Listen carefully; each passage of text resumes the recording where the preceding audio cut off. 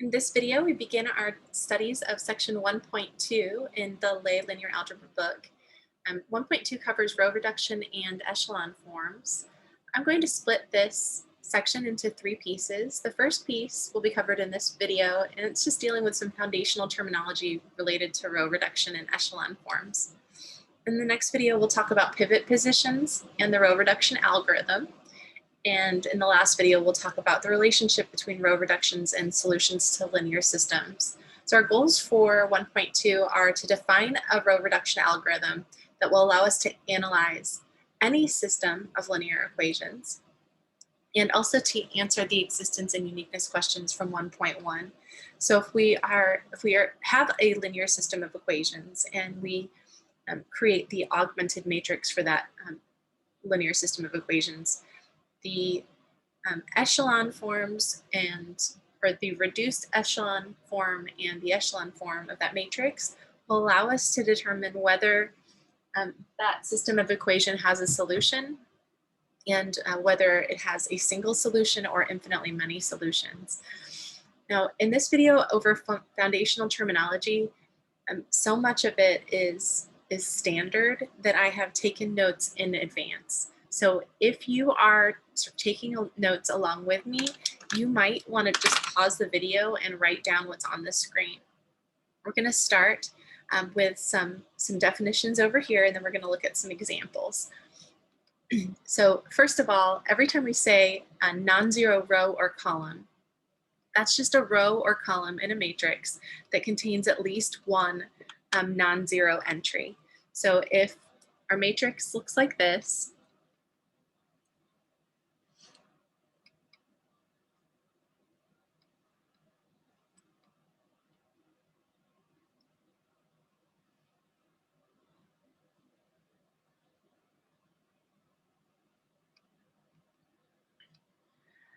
this is a non-zero row because it has a non-zero entry. So is this, and this is a row of zeros.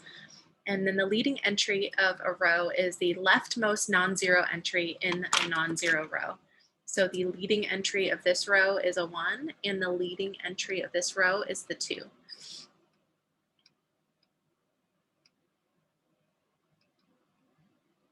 It's non-zero row. So we've got 2 of those. All right. And now that we know what those terms mean, we can talk about the echelon form of a matrix or the row echelon form of a matrix. I'm going to use the abbreviation REF that's used by some calculators to indicate the row echelon form of a matrix. We're going to say that a rectangular matrix is an echelon form or row echelon form if it has the following 3 properties. If all non-zero rows are above any rows of zeros, and each leading entry of a row is in a column to the right of the leading entry in the row above it, and all the entries in the column, or all entries in a column below a leading entry are zeros. If all of those are true, we're going to say that that rectangular matrix is in echelon form or row echelon form, or I might just say the matrix is in REF for row echelon form. Now this particular matrix, if we were looking at this and we're trying to decide whether or not it's in echelon form, we would just go through this list and see if they're satisfied. So all 3 of these conditions are satisfied. The first condition says all non-zero rows are above rows of zeros. And that's true. I only have 1 row of zeros, and that's at the bottom. Then the second condition is each leading entry of a row is in a column to the right of the leading entry of the row above it. You might want to think about that one pretty carefully. It says each leading entry of a row is in a column to the right of the leading entry of the row above it. So in this row, this is our leading entry. And then over here in this row, our leading entry is here, and that is definitely in a column to the right of that one. Okay, great, so that's satisfied. And then the last one says that all entries in a column below a leading entry are zeros. And actually, condition 3 is just a consequence of condition 2, but this is an easy one to check. So you might look below your leading entries and make sure you have zeros there and 0 there. So that's satisfied for this matrix. So this matrix is in echelon form.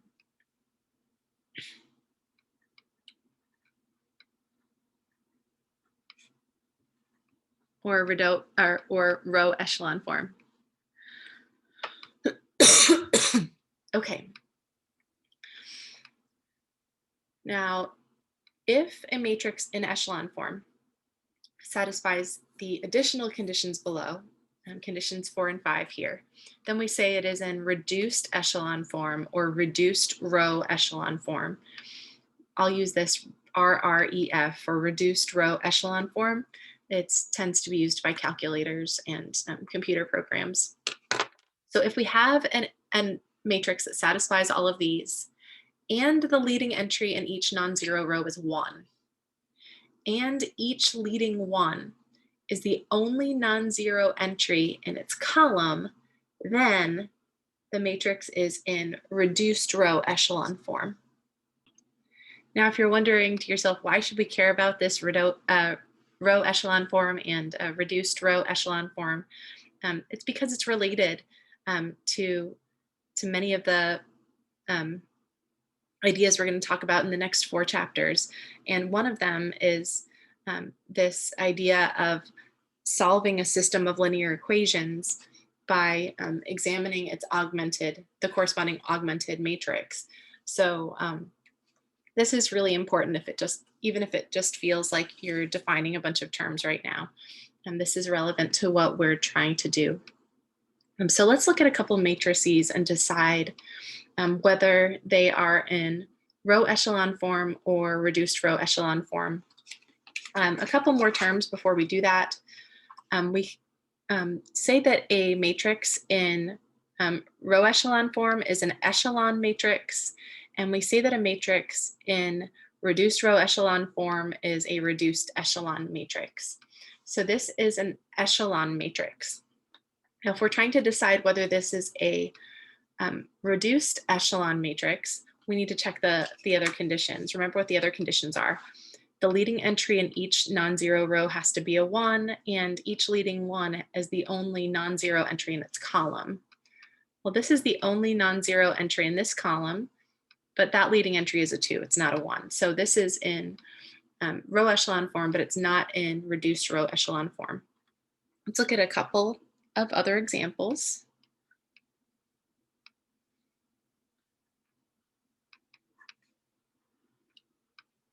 Now, the matrices that I'm going to write may be in echelon form or reduced row echelon form or neither.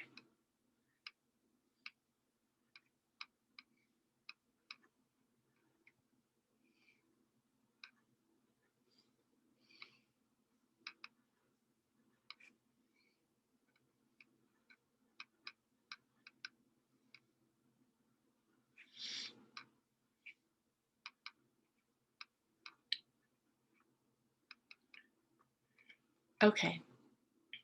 So let's decide whether this particular matrix is in reduced row echelon form. Well, first of all, it says all non-zero rows have to be above any rows of zeros. We don't have any rows of zeros this time, so that's automatically satisfied. And the second condition and the third condition are related to each other. The second condition says each leading entry of a row is in a column to the right of the leading entry of the row above it. Okay, so let's look at the leading entries in each row. Remember, that's the leftmost non-zero entry in each row. So that's the leading entry there, that's the leading entry there, that's the leading entry there, and that's the leading entry there. That's not going to cut it. This leading entry is to the left of that leading entry, so this is not in row echelon form.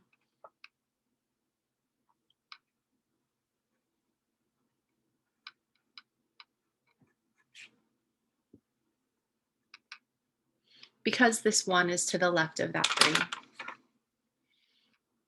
Let's change this just a little bit.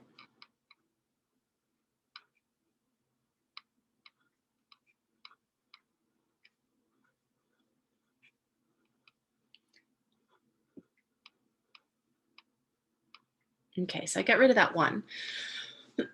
Now the question is this in um, row echelon form? Well, let's see. All non-zero rows are above any rows of zeros. We have no zero rows, so that's fine. Now let's look at the leading entries. This one says each leading entry of a row is in a column to the right of the leading entry of the row above it. Yep, that's right. And then the final requirement says all entries in a column below a leading entry are zeros, which is consistent with this second step. Since these are leading entries, the numbers below them have to be zeros. Okay, so that is definitely in echelon form.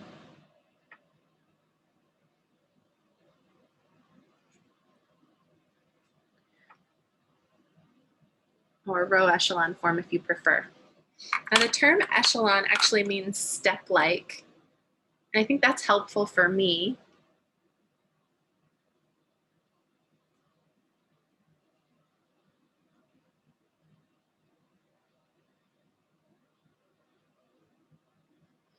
Because if this is satisfied, we say it's row echelon form, what you're gonna see is something that looks kind of like steps.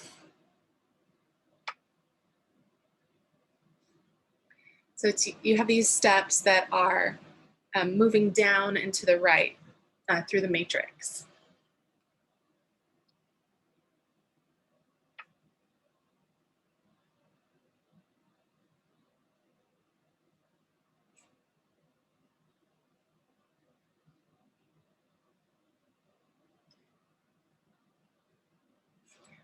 When you think of it that way, then this is a lot more intuitive, or excuse me, this pattern is a lot more intuitive than these three conditions. But these three conditions imply that step-like pattern, which is why we call these echelon matrices or reduced echelon matrices. Now, if we have a matrix in reduced echelon form, or excuse me, row echelon form, we might want to know if it's in reduced row echelon form. So remember the difference between row echelon form and reduced row echelon form is that in reduced row echelon form, each leading entry is a 1, and the 1 is the only non-zero entry in its column. Well, we have leading entries here of 2, 3, and 4. So this is not in reduced row echelon form.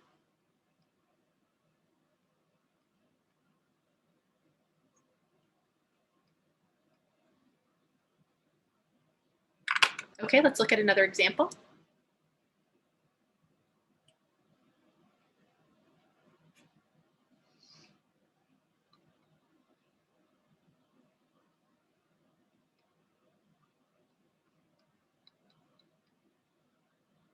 I'm seeing a lot of 1s. So that makes me hopeful. Maybe it is in reduced row echelon form. But let's check it out and see. Talks about non-zero rows being above zero rows. We don't have any, or rows of zeros, and we don't have any rows of zeros in this case. Then we look at the leading entries. Those leading entries are following that step-like pattern. The leading entry of a row, every row, is in a column to the right of the leading entry in the row above it, giving us that echelon step pattern. Great. And then equivalently, or I don't, equivalently might not be the right word. This follows from this. All the entries in the column below a leading entry are zeros. We've got zeros there, and there's nothing below that. So yes, this is in row echelon, or yes, in row echelon form.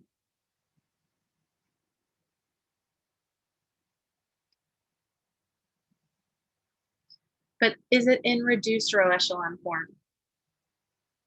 Well, each leading entry is 1, so that's great. Now we have to check this condition. Each leading 1 is the only non-zero entry in its column. That's satisfied for this, but it's not satisfied for this. We've got a 1 there, but we also have a 1 there. So that is a problem. This one satisfies that, but all you need is 1 column for this to fail. Because of this second column, because you have a 1 here and a 1 here, this one is not the only non-zero entry in its column. So the matrix is not in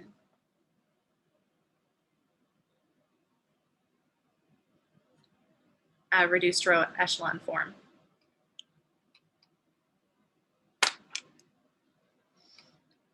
Let's look at one last example.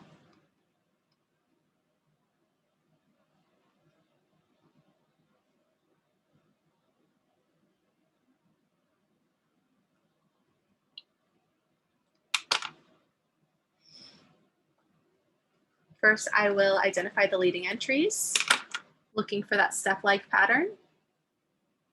Satisfied. All the leading entries are ones. I've got zeros below. And then in each column that contains a one, the only non-zero entry in that column is a one. So I have a 1, 0, 0, 0, 1, 0, 0, 0, 1. So this one actually is in reduced row echelon form.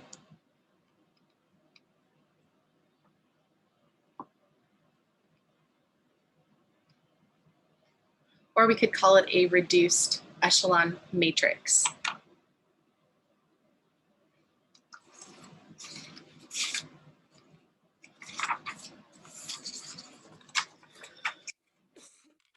Now, any non-zero matrix can be row reduced into an echelon form, and it actually can be row reduced into many different echelon forms through different sequences of row operations. So let me write that down for you.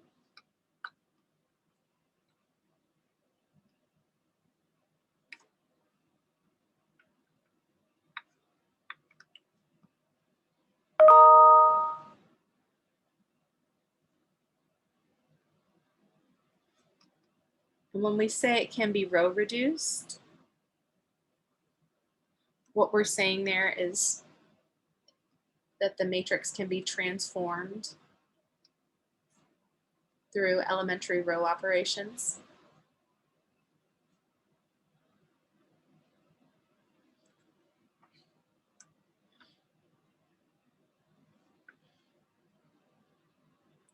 Into more than one row echelon form. So the row echelon form for a matrix is not unique. Different sets of row operations will lead to different sequences of row operations will lead to different reduced or different row echelon forms for that matrix. But there's only one reduced echelon form, reduced row echelon form for a matrix. So this is a theorem. I believe it's proved in the appendix. It says each matrix is row equivalent. Remember, that's two matrices are row equivalent if one can be row reduced into the other. To one and only one reduced row echelon matrix, or a reduced echelon matrix if you prefer. So there's only one way to write it, where you have ones in certain columns, ones in those leading entries, zeros in all of the other entries in that column, and we've got that step-like pattern. There's only one way to do that to any non-zero matrix. Now, we say that A is row equivalent to U, or we say that, actually, let me say it this way. If a matrix A is row equivalent to an echelon matrix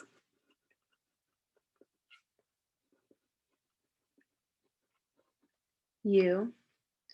Then we're going to write the following. We use little tilde to say that those are row equivalent.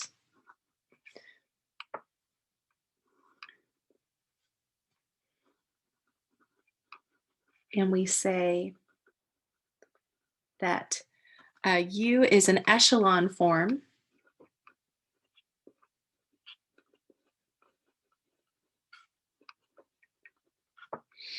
or row echelon form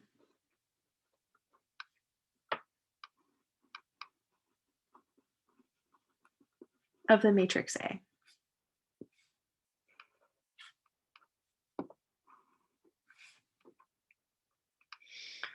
Now, if U happens to be in reduced row echelon form, then we call U the reduced echelon form,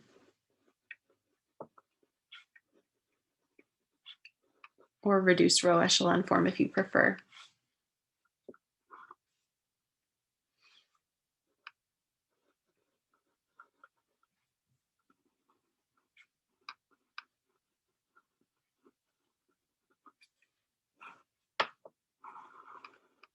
Of the matrix A.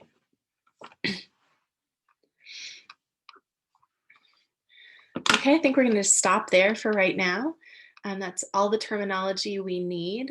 Next time we're going to talk about pivot positions. That's other important terminology, but that is very closely related to the row reduction algorithm.